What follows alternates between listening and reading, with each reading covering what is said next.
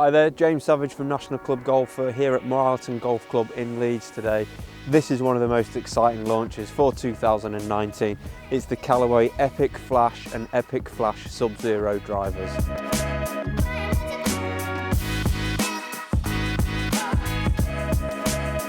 Okay, so Callaway Epic Flash, what's the new technology? What's this driver all about? Obviously we've got the regular Flash and the Sub-Zero model, but they've both got something brand new for 2019, and that's this new Flash face, which is the technology that Callaway are really excited about.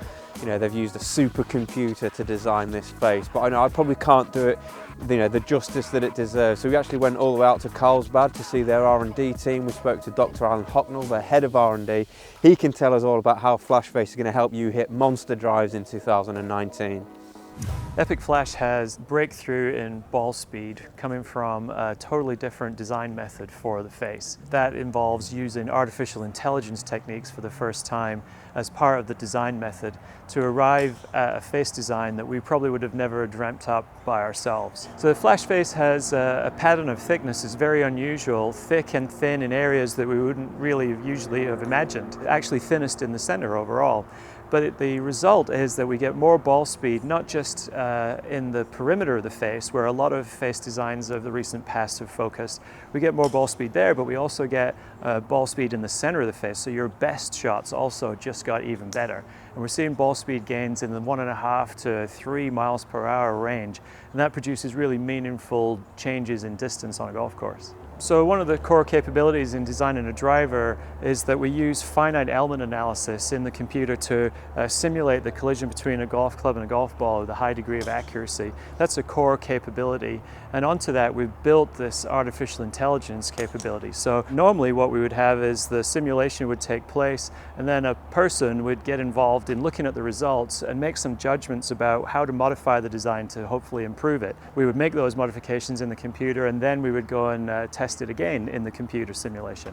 In the artificial intelligence world, we take the person out of that loop and instead allow the computer to follow a set of rules about what it's trying to achieve.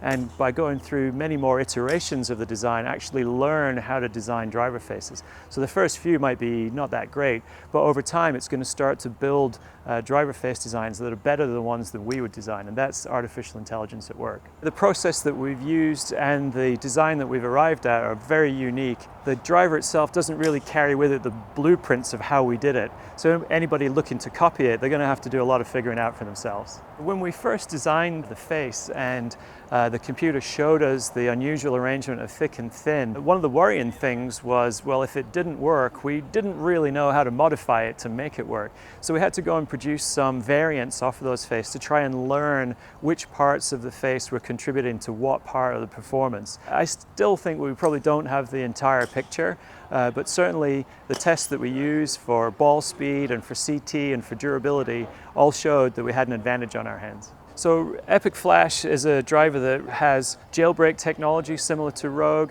but it has a few other different things really compared to Rogue. It has a less stretched out shape, so it's not trying to reach for really peak MOI numbers quite the same. Instead, it creates forgiveness using the ability to shape shots using our adjustable perimeter weight. And it also has flash face technology. So for the first time we have enhancement in ball speed, and that takes Rogue, which was already an industry leading driver, and takes it to the next level. You know, these drivers sell at relatively premium price points. It's a concern of ours, but at the same time we know that we're putting in value to these products. The performance that we're getting maybe justifies some of the cost, and the level of difficulty in making these clubs and the level of investment we need to go to in order to even design clubs to this level, I think are some of the reasons why the price point has to go up. We have two models in Epic Flash. We have the standard model and the Sub-Zero model. The standard model is probably the one that will fit the majority of golfers. In particular, we're focusing on the ability to correct errant shot shapes, if you like, by moving the perimeter weight to the right spot to straighten out your shots. In the Sub-Zero model, it's focused on lower spin, usually for higher head speed players, but not always. And even those more advanced players are looking for a little bit bit of shot shape correction, either in the initial angle that the ball takes off from the face, or the way that the shot might tail to the left and the right as it descends. So both clubs feature the adjustable perimeter weight, one a little bit lower spin profile than the other. Both have flash face ball speed advantages.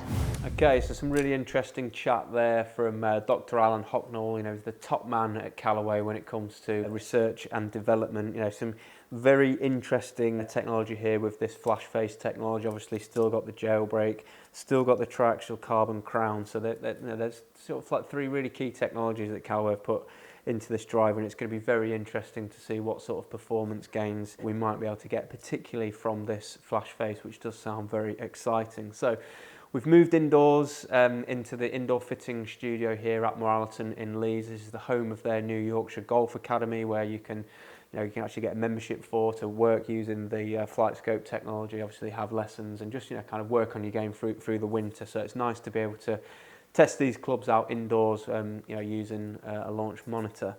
Unfortunately, I can't hit these clubs at the moment. I'm recovering from an operation, and I'm on a sort of 6-week break from all forms of golf. So that may be good news for me, because you haven't got to look at my ropey swing anymore. So I've drafted in my colleague Craig Middleton to hit some shots on the Flightscope. He's a mid-handicapper like me, swings it a bit faster, hits it a little bit further, but like I say, very much a mid-handicapper sort of test, hits it all over the face, can miss left, can miss right. So hopefully it's still going to be relatable to a large percentage of you out there. So we're going to get Craig up here on the launch monitor, hitting the Epic Flash, hitting the Epic Sub-Zero, see what sort of ball speed and distance it's getting, and ultimately see whether or not it's the regular Epic Flash or the Epic Sub-Zero which is working best for him. Let's go and watch him hit some shots.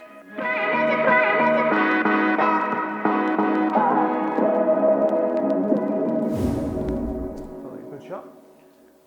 I think that was probably the best one that you've hit with that driver. Carry 266. Now, to me, that's really good. It's gone nice and straight as well. It's held its line. Yeah.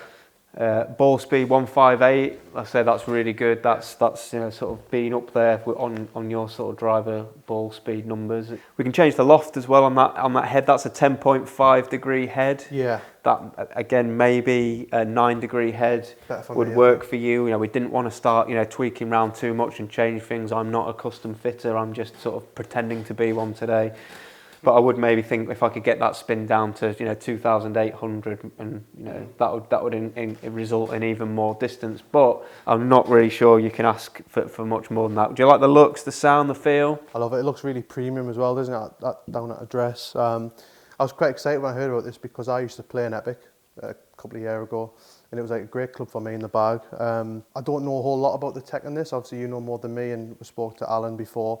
The first hit outside was brilliant. It was right down the middle, nice bit of draw on it, which is kind of what I like to see with the drive. Yeah. And yeah, went to town on the face, haven't they, with artificial intelligence. So and like I say, that ball speed 158. You've been hitting a lot of drives today, and we know that's really good. I think it's going to be interesting to see what differences there are between the regular Epic Flash and the Sub-Zero model. Let's get you set up with the Epic Flash Sub-Zero. Same shaft, because I know you like that shaft. That's the Tensai Blue shaft. Let's pop this head in and have a look what the numbers on that are like. Let's give it a go. Is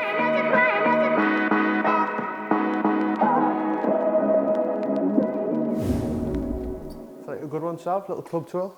Yeah, that was pretty much as good as you've hit. The distance on that was a bit better than any of the ones we saw you hit with the regular Epic. That was 267. Yeah. 267 carry, 158 ball speed. Again, cuff speed, and it's really interesting to see that the switching from the regular to the Sub-Zero, we have killed quite a bit of that spin. You're up at that over 3,000 with the regular.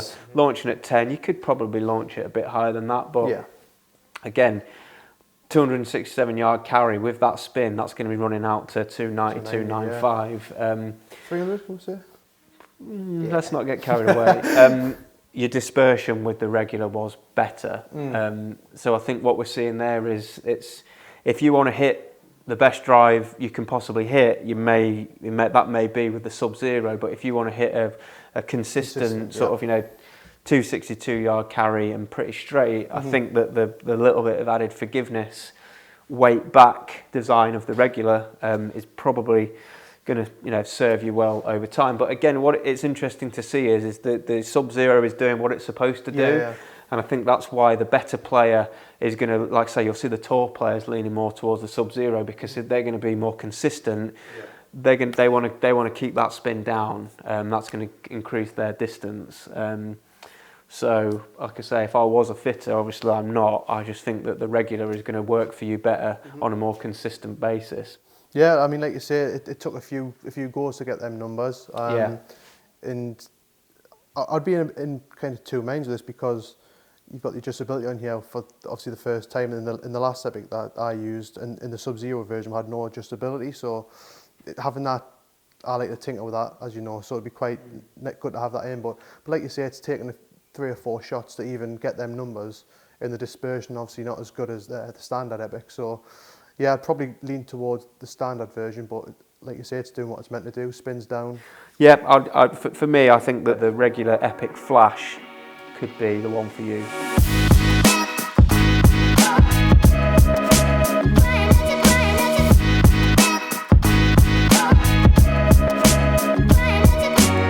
Okay, so I've just got some more detailed launch monitor numbers here, which we put on screen as well, from Craig giving a really good run out to the Epic Flash and Epic Flash Sub-Zero. Let's take a look at these launch monitor numbers. If you look at the out-and-out ball speed and out-and-out distance, you may think that the Epic Flash Sub-Zero was the one that was working best, but I can have to stress to you that the dispersion on the Sub-Zero was, a few left, a few right, the odd one down the middle, whereas the regular Epic was a lot more consistent, like I say, much more down the middle of the fairway and basically just hitting better golf shots. I think if you want a driver that's you're just going to hit that 1 in 3 or 4 driver that's just going to go absolutely miles, the Sub-Zero could be that driver. If you're an elite player or a better player and you just want that little bit of extra distance, again, the Sub-Zero might benefit you. But just that added bit of forgiveness, the sort of more weight back design of the regular Epic Flash, I think to me says that your handicap golfer, your more of your average golfer is going to hit better drives more often with that regular Epic Flash. I'd be very interested to know what your thoughts are, how you get on, if you've been through a fitting process or if you've tested either of them out, whether or not you've found that same thing. But from our point of view, can understand why more tour players might go into the Sub-Zero model because they're going to be a little bit more consistent, and if they want maximum distance, they're going to get that. But like I say, handicap golfers, those that want maximum forgiveness, I think the regular is the way to go. So we're going to come back to you with some detailed comparisons with the new TaylorMade, the new Callaway, Titleist. We'll put them all, head to head. So as we move into the start of the 2019 season, we're going to give you an idea of which drivers might suit your game the best. But in the meantime, questions below about the new Epic Flash, any more details you want on the shafts, specs, SRPs, technology, please post them below and I'll get back to you straight away. But give this video a thumbs up. Don't forget to subscribe. Thanks for watching and we'll see you again soon.